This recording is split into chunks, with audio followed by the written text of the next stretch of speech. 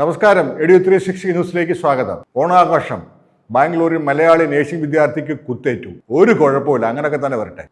ഇതിന്റെ കണ്ടന്റിലേക്ക് പോകുന്നതിന് മുമ്പ് ഈ വാർത്ത ഒന്ന് ടെലികാസ്റ്റ് ചെയ്ത ചാനലിൽ വന്ന വാർത്ത ഒന്ന് ശ്രദ്ധിച്ചു. ബംഗളൂരു ആചാര്യ നഴ്സിംഗ് കോളേജിൽ ഓണാഘോഷത്തിനിടയിലുണ്ടായ സംഘർഷത്തിൽ മലയാളി വിദ്യാർത്ഥിക്ക് കുത്തേറ്റു. ആദിത്യ എന്ന വിദ്യാർത്ഥിയെ കുത്തിയ 4 പേർക്കെതിരെ പോലീസ് കേസെടുത്തിട്ടുണ്ട്. കൂടുതൽ വിവരങ്ങളുമായി CK രാജീവനാണ് ചേരുന്നത്. രാജീവൻ, എപ്പോഴാണ് സംഭവം? ഈ കുട്ടിയുടെ നില എങ്ങനെയുണ്ട്? കോളേജിലെ ഓണാഘോഷവുമായി ബന്ധപ്പെട്ട നടക്കുന്ന ആഘോഷത്തിനിടയിലായിരുന്നു അപ്രതീക്ഷിതമായി ആക്രമണവും സംഘർഷവും എല്ലാം ഉണ്ടായത്. ഓണാഘോഷത്തിനിടെ വിദ്യാർത്ഥികൾ തമ്മിൽ സംഘർഷമുണ്ടായിരുന്നു. ഇതിന്റെ തുടർച്ചയായി ആദിത്യ എന്ന വിദ്യാർത്ഥിയെ ഈ സംഘം ആക്രമിക്കുകയായിരുന്നു. സ്ഥാപിത്ത് ഈ ആദിത്യയുടെ കൂടെ താമസിക്കുന്ന സ്ഥാപിത്ത് എന്ന വിദ്യാർത്ഥിക്കും പരിക്കേറ്റിട്ടുണ്ട്. ഇരുവരെയും ആശുപത്രിയിൽ പ്രവേശിച്ചിട്ടുണ്ട്.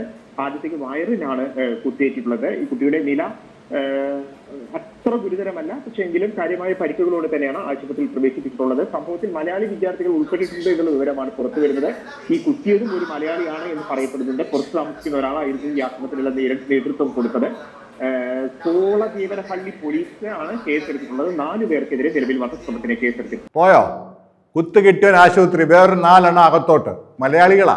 ഈ സ്ഥലവോ സോളദേവനഹള്ളി വലിയ സ്ഥലവാ. ഇവിടെ എല്ലാം മലയാളീസാണ് ഡോമിനേറ്റ് ചെയ്യുക. അഡ്മിഷൻ ഏജന്റുമാരാണ്.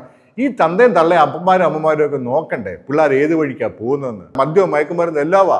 കുറെ വലിയ ഏജന്റുമാരുണ്ട്. അവന്മാരാണ് ചെറിയ ആൾക്കാരെ കുട്ടിക്കറങ്ങന്മാരെ കൊണ്ട് പണിയെടുപ്പിക്കുന്നത്. ഇവിടെ സ്ഥിതി ചെയ്യുന്നത് നൊട്ടോറിയസ് ആയിട്ട് കുപ്രസിദ്ധമായിട്ടുള്ള കുറെ വിദ്യാഭ്യാസ സ്ഥാപനങ്ങളാണ്. അതായത് അതിന്റെ പേര് പറഞ്ഞാൽ ധനമന്ത്രി ഗ്രൂപ്പ് ഓഫ് ഇൻസ്റ്റിറ്റ്യൂഷൻസ്. ഒന്ന് ആ ഒരു ഇട്ടാവട്ട ഒരു ചെറിയൊരു കോമ്പൗണ്ടിനകത്ത് ഒരു 5-6 നേഴ്സിംഗ് കോളേജ് പ്രവർത്തിക്കുന്നത്. മറ്റൊരെണ്ണമാണ് ആർ ഗ്രൂപ്പ് ഓഫ് ഇൻസ്റ്റിറ്റ്യൂഷൻ. ഇവിടെയാണ് കുറെ നാളും ഞാൻ വാർത്തയിട്ട് ഇതിന്റെ ഏജന്റുമാരാണെന്നും പറഞ്ഞുകൊണ്ടാണ് ഒരു അഭിസാരികയും ഒരു സ്ത്രീ, അവളും അവിടെ കൂട്ടത്തിലുള്ള എന്നെ ചീത്ത പറഞ്ഞു. കേസ് പോയിട്ടുണ്ട്. എന്തിനാ? ഗാങ് വാറാ. അവൻ 10 അഡ്മിഷൻ കൊണ്ടുവന്നു, ഇവൻ 15 കൊണ്ടുവന്നു. അന്നേരം ഇടയ്ക്ക് ഇരുത്തവൻ 5 എണ്ണം വെട്ടിക്കൊണ്ടുപോയി. ഇതൊക്കെയാണ് സംഭവിക്കുന്നത്. ഓണാഘോഷം മര്യാദയ്ക്ക് ആഘോഷിച്ചിട്ട് പോയാൽ പോരെ. തള്ളും തന്തയ്ക്ക് വിളിയും ആക്രോശവും വടിവാളും കത്തിയൊക്കെ വേണ്ട കാര്യമുണ്ടോ? പഠിക്കാൻ പോയ പിള്ളേരാ. നേഴ്സിംഗ് സിറിഞ്ചാണ് കൈയിരിക്കേണ്ടത്, അല്ല കടാരും പിച്ചാത്തിയൊന്നും അല്ല.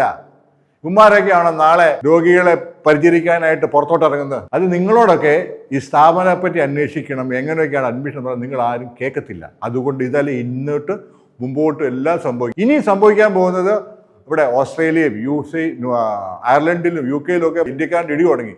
ഈ കർണാടകയിൽ സംഭവിക്കാൻ മലയാളി പിള്ളേരെ കാണുമ്പോൾ കന്നഡക്കാർ മുട്ടിടിക്കും. കാര്യവുമാർ മൊത്തം ശല്യമാണ്. മദ്യവും മയക്കുമരുന്ന് മാത്രം. അപ്പന്മാരെ കുറെ ശ്രദ്ധിക്കണ്ടേ.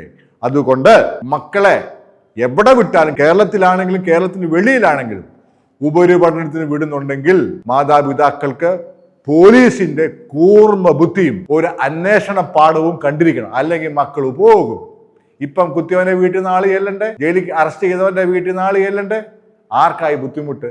അതുകൊണ്ട് സൂക്ഷിക്കണം, ജാഗ്രത പാലിക്കണം. താല്പര്യം ഉണ്ടോലൊക്കെ ചാനൽ സബ്സ്ക്രൈബ് ചെയ്യുക, ലൈക്ക് ചെയ്യുക, ഷെയർ ചെയ്യുക, കമന്റ് പറയും. ഇപ്പം വരും കുറെ ഏജന്റുമാര്, നല്ല പുന്നാര മക്കളുണ്ട്. വരട്ടെ. ഇപ്പോൾ അപ്ഡേറ്റ്സുമായിട്ട് വീണ്ടും വരാം. നന്ദി, നമസ്കാരം.